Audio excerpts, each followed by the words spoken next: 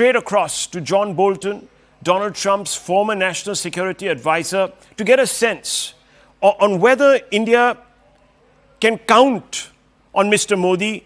Can we actually trust him?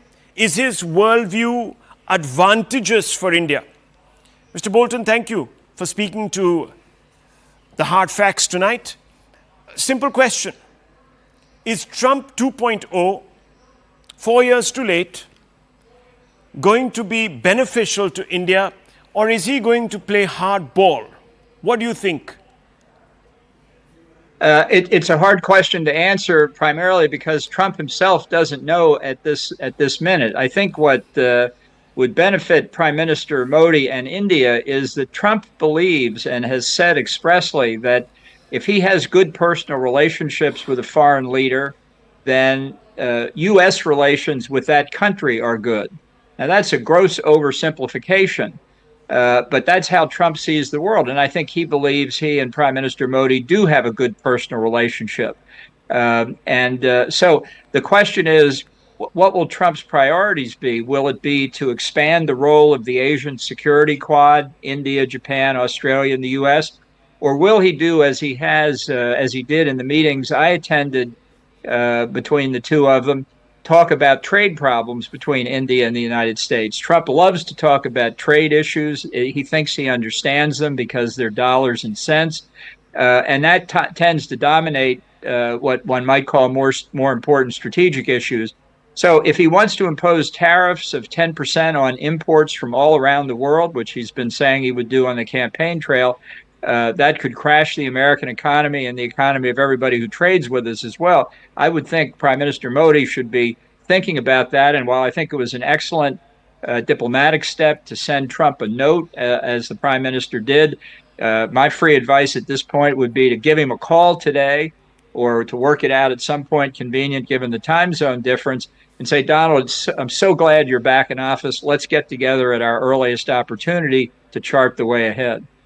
Now, Mr. Bolton, you're very right. Raising tariffs will also fuel inflation at home. That is something that Donald Trump is wary about, because that's what he actually campaigned against, high prices. So how does he balance this conundrum with the promise he has made to American voters? Right. Well, he balances it because he doesn't understand how tariffs works. He thinks that foreign governments are paying us revenue when foreign goods come in. He doesn't realize that the actual payer may be a foreign government if it's a state-owned enterprise, but it's the company exporting into the United States that's paying the tariff, and then raising the price to the American consumer to compensate for most, if not all, of that tariff increase, so that it is a tax increase on Americans, not on the foreign exporter, and it will result in higher prices. Since he doesn't understand that connection, he thinks that higher tariffs are nothing but good things. And I've heard this over and over again.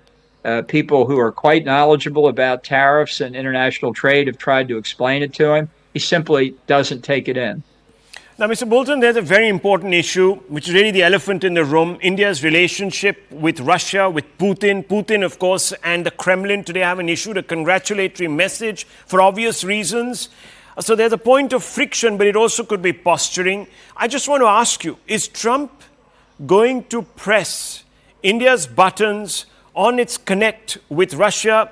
It could all, of course, go away if he were to resolve the Ukraine war. And he has said today in his victory speech, in fact, one of his policy decisions, he has enunciated, and he has said, look, I am the president that ends wars. I don't begin wars. We don't begin wars. We don't start wars. So is that going to happen fairly quickly? Well, I think fairly quickly, Trump will address the conflict in Ukraine. I think it will end up very disadvantageously for Ukraine, very positively for the Russians. I would set the India-Russia relationship in a slightly different context. I understand the historical basis for it, going back decades into the Cold War.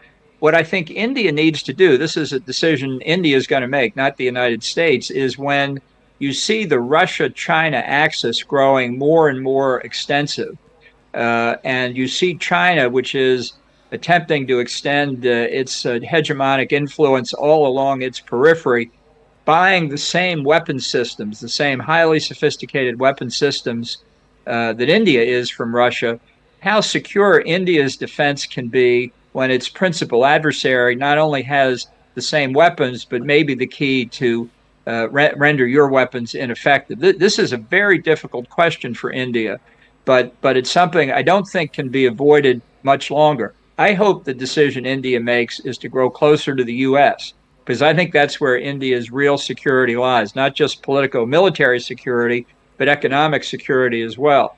But that's not a decision the U.S. or any president's going to make for India. That's a decision India's got to make itself. But Mr. Bolton, finally, you've been in the room with Trump when some of the negotiations have taken place with India, especially on the Russia question, on procuring arms and, of course, of late oil in large quantities from Russia.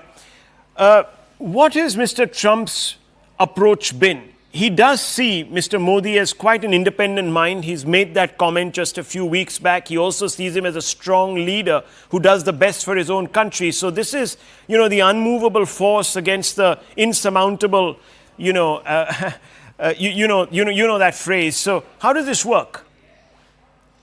Well, I think that Trump. One of the things Trump will do is come at India with a pretty strong pitch that to solve the energy problem, or to help solve the energy problem that India needs as its economy expands, is to buy more oil and gas from the United States. Why trouble with the Middle East? Why trouble with Russia? Why don't you buy it from us? Now, there's a cost differential, to be sure, but there may be ways to overcome that. And I think Trump is going to try and distinguish himself from Biden by dropping climate change as a priority to very close to the bottom of the list, to encourage American oil and natural gas producers to do more exporting, which is economically beneficial and strategically beneficial. So it'll be interesting to see if there's something to work on there. I think as well, Trump has been very friendly with the oil-producing countries of the Middle East, and there may be ways to arrange better terms there rather than dealing with Russia, rather than dealing with Iran. Well, that's very interesting, because he did mention in that speech that he was talking to someone and saying that, look, we have black gold and it must flow. He's referring to, of course, American oil. If that were to happen and we would get it at a obviously discounted price, like perhaps the Russians trade with us, allowing us to keep our inflation in check, there could be, of course, an agreement. How do you see the next 1-2 years unfolding with regards to India? There have been some tensions on Khalistani issues and certain other irritants. Do you think these will go away, especially the focus of the Biden-Harris regime on democracy and human rights, alleged violations in India?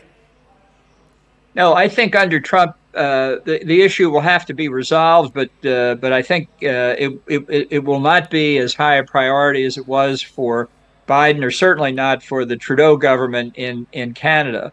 I think that Trump will want to focus on more on economic issues. My preference really is that both India and the U.S.